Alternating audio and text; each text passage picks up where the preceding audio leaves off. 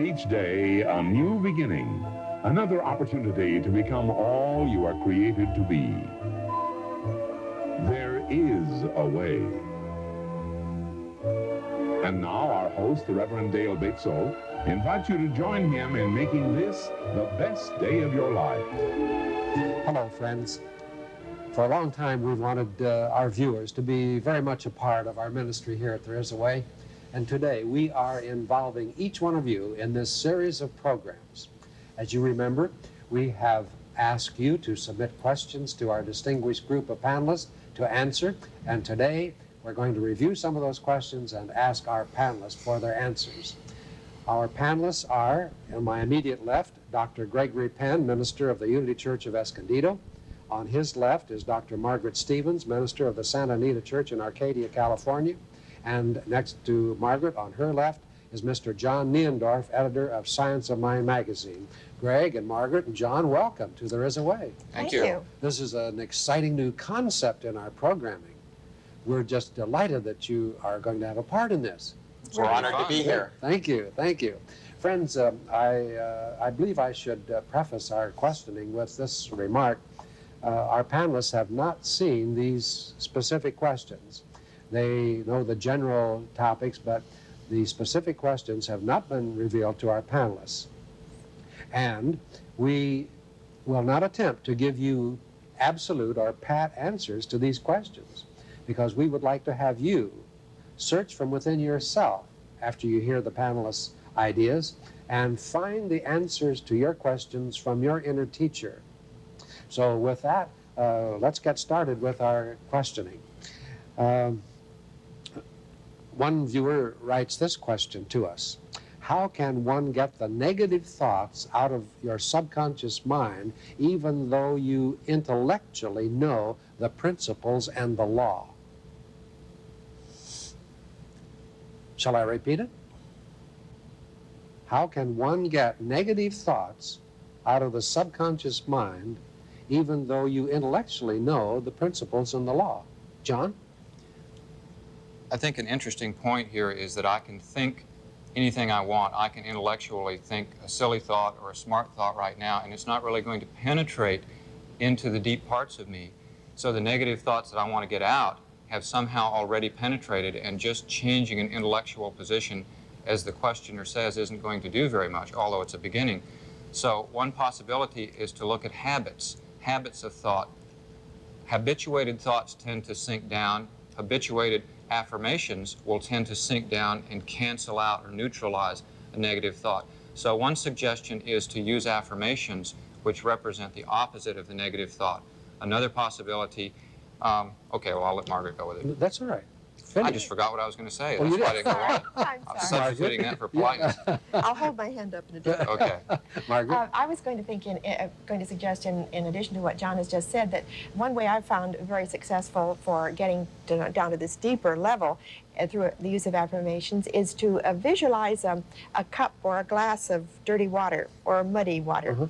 And when you dump the cup out, some of the residue still sticks to the inside of the cup.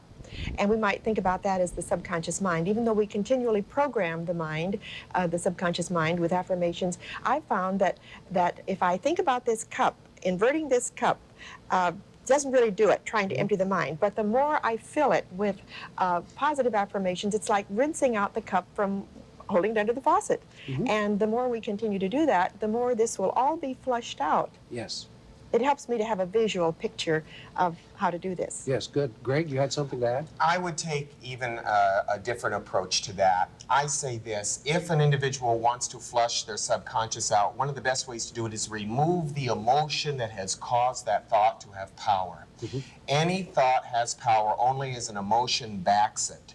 So if you want to remove or neutralize a thought that is possibly negative, the best way to do it is to observe what emotion is behind it. If it is fear, if it is guilt, if it is anger, remove that emotion, the thought becomes inept.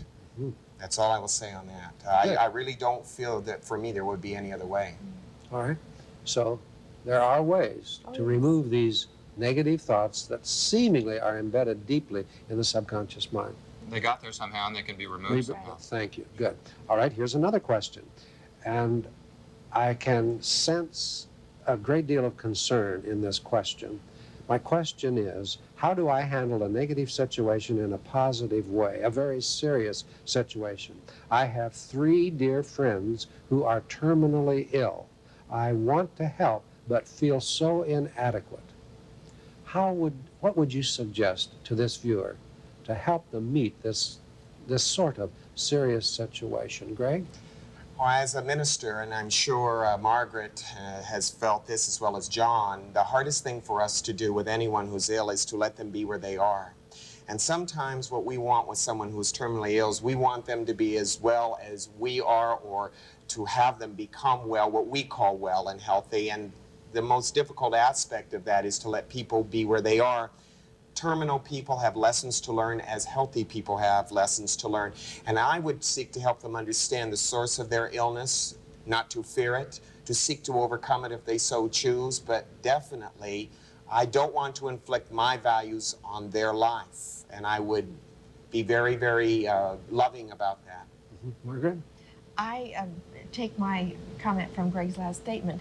I think often when we're trying to deal with people who are in terminal situations, the only thing we can really do is to love them and to support them in what they are going through, and to assure them of the eternality of the human soul, of the spiritual part of us, and to be with them. I found that often in calling on people who are terminally ill, that sometimes just to hold a hand or to touch in some way, or to assure the individual that you love them, this is all they really need at that moment, and it seems to suffice. Mm-hmm. John, can you add to that? The thought comes to me that it's not necessary to know anything specific. If to be loving is enough. You don't have to, I don't think you have to know anything about medicine or this particular disease. You don't even really have to know the person very well. If you're loving and supportive, unconditionally loving, I might say, because the kind of loving that has in it, I'll love you so you'll get well. As Greg says, if these people are on the way out, if it's appropriate for them to make their transition, if you only love them if they get well, they're not going to feel real love. Unconditional love says, I love you because you're who you are, and then you can do whatever you need to do. Good. It's beautiful. Good. Would there be times that you might not need to say anything? Absolutely. Just be there and love. Yes. Well, the inner word of us speaks more than our outer words anyway, and people pick up our feelings quite rapidly. And if we're making a judgment that this thing is a bad thing, we've made a negative one. Everything is appropriate to the person. Mm-hmm. Good. Yes, John? I've talked a lot about energy fields on this show before, and I believe that our energy field, the silent feeling that we take with us into any situation, is what is picked up by somebody that we're dealing with. And if somebody's ill, if they're very sensitive, they're going to pick up that energy. They're going to pick up what we're feeling. And so, as you suggested, Dale, it's not necessary to go in with great wisdom. You can just sit real quietly with somebody in a loving mood, and you can help them a lot. Good, good. Thank you. Now, here's another question, and this question was sent to us in various forms from several different people. Is there any chance of having someone discuss a widow's lonely moments? It would mean a great deal to me. I've overcome most of it, but some bits still linger, and maybe someone could make a suggestion as to how to deal with these lonely moments. Margaret? Yes, I think in any ministry we're confronted with a lot of people in this situation, and I've discovered that the people I know who are in this condition have found their answer in involvement, not just involvement with activity, but perhaps involvement with a study, with a book, with contact with other people, and service.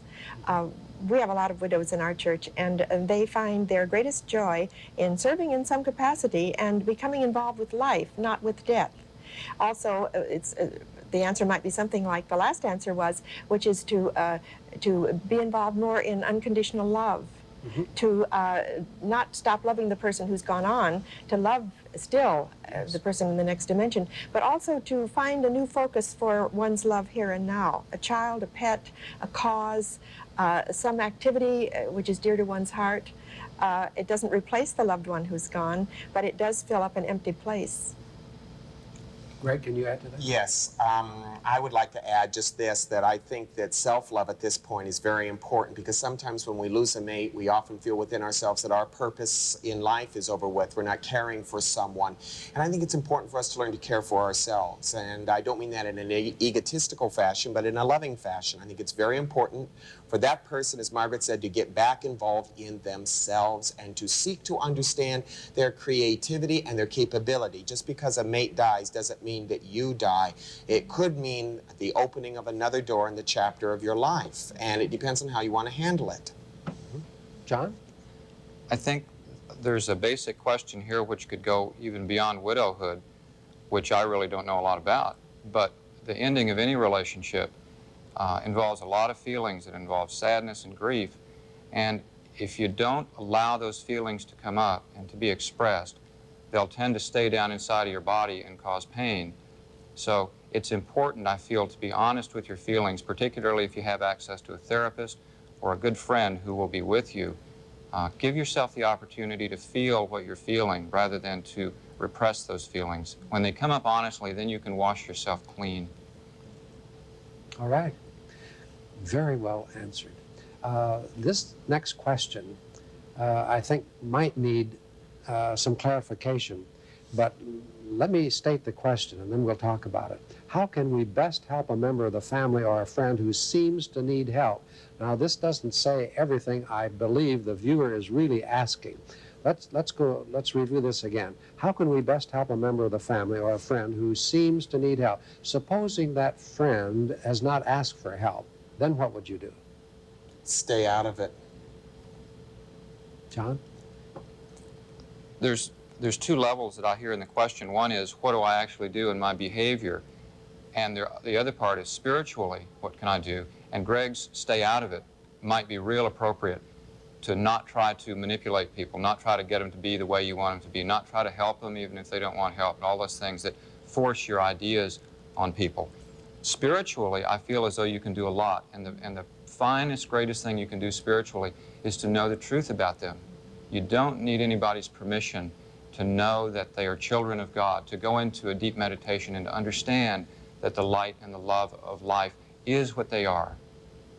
Margaret? John referred to unconditional love a few minutes ago, and I think this is where we can practice unconditional love.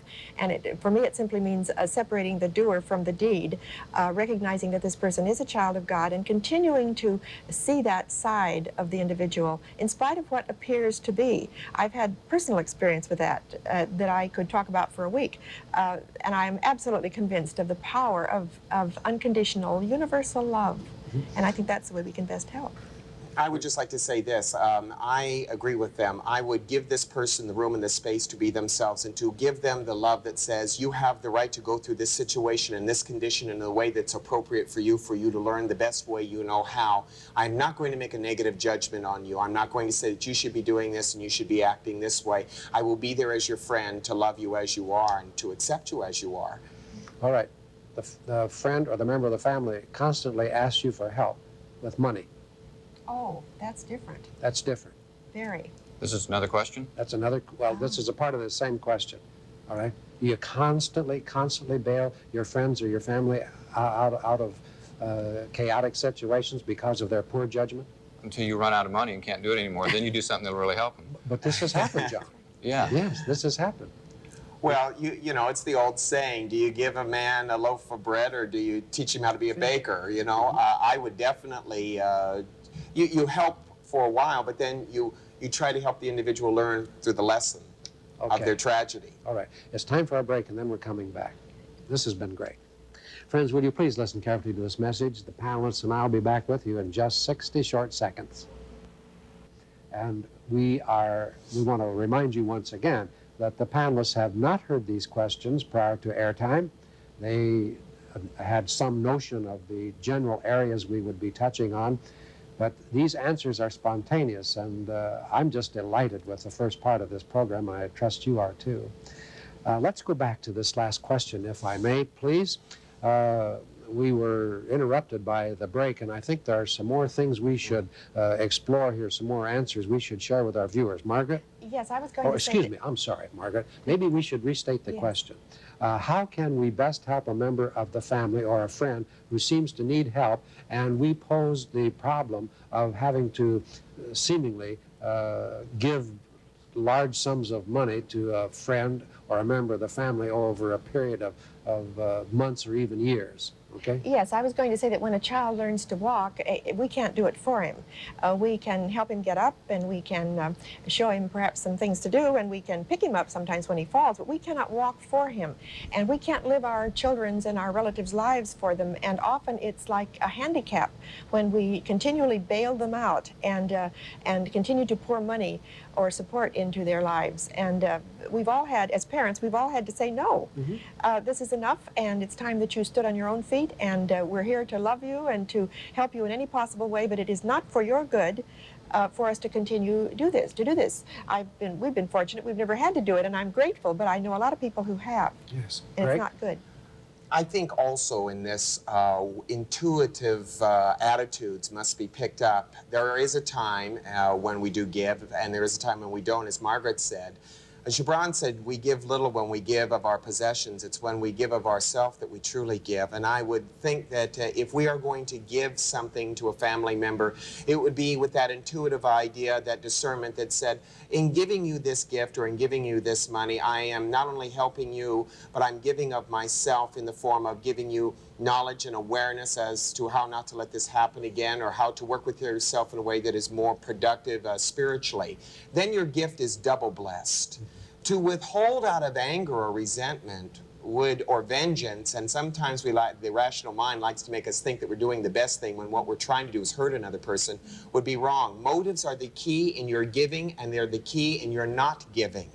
And if you not give for good reasons, fine. If you do give for good reasons, even better. John? What I was hearing in the question, again, I was taking it to what I felt was the principle underneath it. I was hearing it as involving a relationship between the giver and the givee. And if one person is giving too much or one person is asking too much, it's an issue of a relationship between people. And I think that if one person, say, has the power of the purse, has all the money, it seems as though the other person is the active one who keeps saying, give me money. But as in so many situations, it's a relationship that needs to be looked at as the person who's giving is contributing and the person who's receiving is contributing. And both people need to work on it. Both people are involved in it. Good answers. Next question. Where is the presence of God within me, and how do I know when I am one with the presence of God within me? Well, would you be aware of the fact that you've been hit by a train is my analogy to that.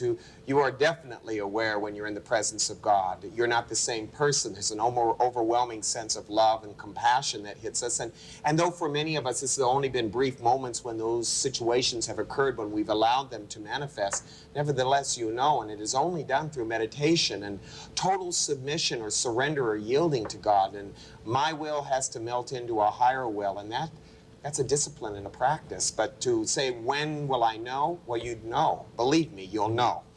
Part of the question was Excuse me, where. John. Oh, excuse me, John. No, that's all right, Margaret. Part of the question was where Yes. do I find the presence of God? And I think from the verse that I would refer to would be, in Him we live and move and have our being. There is no specific place necessarily within us. This presence is all around us and indwells us and infills us. So I don't ever look for the presence any place. I meditate and pray and turn within, of course, but I'm as aware of God's presence outside as I am within. And I think the way Greg just said it was very good. The way we know it is that there comes an indescribable peace and a sense of poise and quietness and assurance and confidence and rightness. Not that my way is right, but that I feel a sense of being in tune with this presence. It makes all the difference in the world. And it's like being in love. Somebody asked me one time, how do you know when you fall in love? And I said, well, if you have to ask, then you haven't fallen in love. If you haven't felt it, you haven't experienced it. Yes. You will be so unmistakably sure of it. Yes. John? I'd like to bring out what I think is usually considered the metaphysical point of view here. I agree with Greg and sort of disagree with him, and I think that the answer is limited because the metaphysical point of view generally says that God is immanent and God is transcendent, meaning that God is everything. God is me right now. So I'm right now in the presence of God looking at you.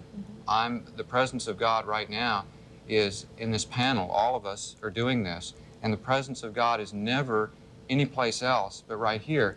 But I'm experiencing the presence of God as a TV studio and this discussion. In meditation, what you do, or in a particular kind of meditation, what you do is seek to transcend or to get beyond or not to be dominated by the physical world or the mental world or the emotional world, so as to be able to experience more clearly what I believe what Greg and Margaret are talking about.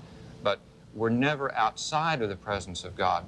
Anything you're experiencing with the presence of God, which is experiencing it as that part of you right then. Okay. And that's the rationale behind spiritual healing. You don't have to go anywhere to get healed. Oh, good. Greg? The question, though, arises from what he says is, yes, God is around us. You can say that. And that's easy to say, but am I aware of that presence? And the awareness of the presence of God, as Jesus said, it's not here, it's not there. Lo, the kingdom of heaven lives within. And he talked about the kingdom of heaven not being in the mind, not being in the world, because that's easy to see. You can see God in a lily and in a child, but can you see God in your heart? And that is the key. There is a specific place, a threshold that a person must choose to walk through to realize that presence of God within them. And I think and there's a price to pay to get there. Okay, good. And Margaret pointed out that the first question, or the first word was where. Where do I find the presence of God within me? And we oftentimes say, well, God is omnipresent. God is everywhere present. I'm not being facetious. Is God in my ear, in my eyes? Is God in my heart? Is God in every cell of my body? Is he? Well, yes. But that is not a thought that will revolutionize your life. No. All right? And to say that God is in everything is very, very simple. What I need to understand is my awareness of God. How am I going to tune into that presence? Good. Okay? How am I going to be conscious of it? Okay, good. Okay, With little children, we sometimes have suggested that they just feel their pulse. And that tells them that the very life of God is moving in and through their body temple. in a form. In a form. But not the form. Because what happens if the pulse stops? God still is. True. And it's very dangerous to attribute God to a physical creature or object. Because once that object fulfills its cycle and is completed, then the mind goes, well, then God is not there anymore. But that's not the truth. Okay, but agreed that when that pulse stops, God still is. Yes. But still, to the questioning mind, just to have a feeling of where God is can be comforting and assuring. When you go to the mind to try to find God, you will find contrast and paradox. The mind is easily deceived. And this is where the spiritual, intuitive heart of us perceives things and is not fooled and is not deceived. And it is dangerous for any of us to say, I see God in the physical because I see God in the morning. Well, do you see God in the evening? Yes, but when morning turns to evening, then there is no God. What about the twilight? What about the in-between? God is everywhere, especially in me. All right, good. Okay? This is the temple of the living God, then. Not the body. No, this is the temple of the living God. The soul. The soul. The heart. Okay? Good. Can we call upon this presence at any time? It will respond? You remarked that it was omnipresent Yes. and all-powerful, all-knowing. Yes. And as Ernest Holmes says, there is this power greater than we are. We can call upon. And once we call upon it, and it answers, it responds, then we know that we know that we know. Excuse me. I might even say that and this is not an argument with that, but it's a sort of a subtle patting it down. I think even the idea to suggest that God responds suggests a subtle duality, as though I'm here, and if I do the right thing, God is going to respond. Agree.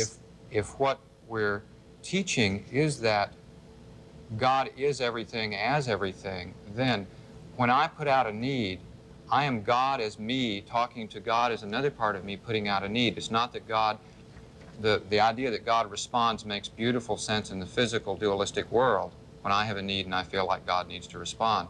But God is here all the time. There's no duality there. Our time has expired. We're going to be back again, well, for our next program, are we not? So we'll welcome you back on our next program. We have more questions. All right? Thanks for being with us. Bless Thank you. you. Bless Thank you for having us. Friends, our guests today have been Dr. Gregory Penn, Dr. Margaret Stevens, and Mr. John Neendorf. And this panel will be back again for our next program to pursue the answers to further questions that you've shared with us. Will you affirm this with the panel and with me? The answers I need to know are revealed to me by my inner teacher. The answers I need to know are revealed to me by my inner teacher. Continue to search within yourself, within your heart. The answers will be revealed to you. See you on our next program.